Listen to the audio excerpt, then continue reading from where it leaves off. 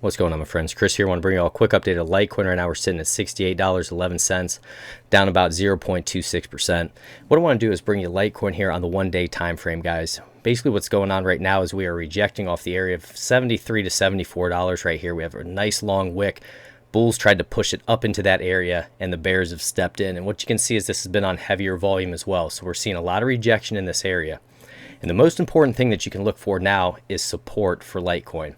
So candle's going to close at 8 p.m. Eastern time. So we're going to have to see where we are at the end of the day. We still have some time here, about another 6 hours, so anything can happen. But when you see these longer wicks up here, guys, that can show the rejection that we may need to come back down to lower levels. And the area that I'd be looking at to try to find support off of is this 200-day moving average in white. And that price range would be at $61.19. And the reason why that's going to be significant is because we broke through this 200-day moving average on heavy volume.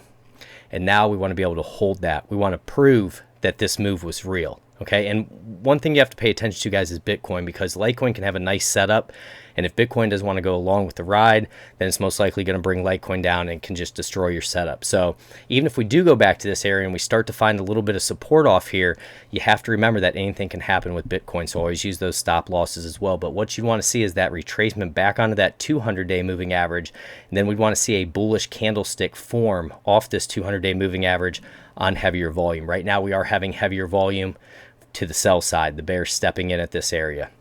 So really watch that area of the 200-day moving average. That's also going to correlate with our VRVP right here for support. So if we just draw a line there, guys, just give you an example, roughly in that range. And then another thing I like to do is check our Fibonacci retracement here.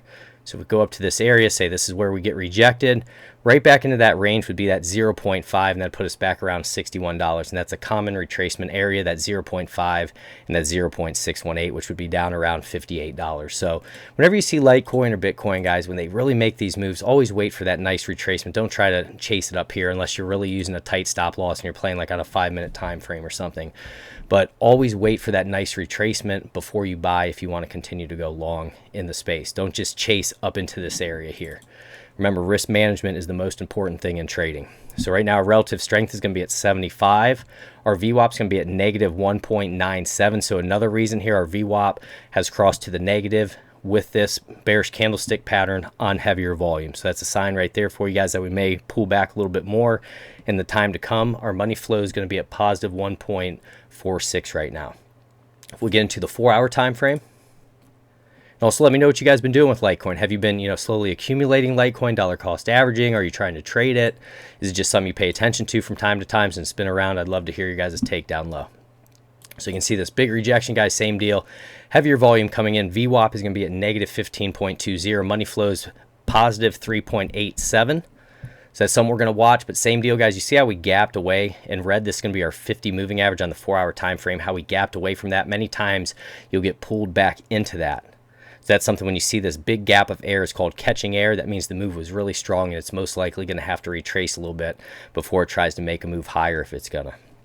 And then if we take a look at the 1-hour time frame, 1-hour time frame, we have lost our 50 moving average here. We're trading below it now. 200 moving average on the 1-hour time frame is going to be at about $62.59.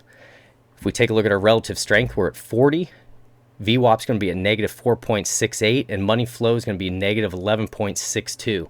So going back to that 1 day here, just really watch this 200 moving average and what we do with it, guys. We would need a nice, strong, bullish candlestick forming off that on volume to prove that this move is most likely going to go higher and try to get up above that $74, but we need Bitcoin to cooperate as well. So if you get something from these videos, don't forget to like, subscribe, hit that notification bell.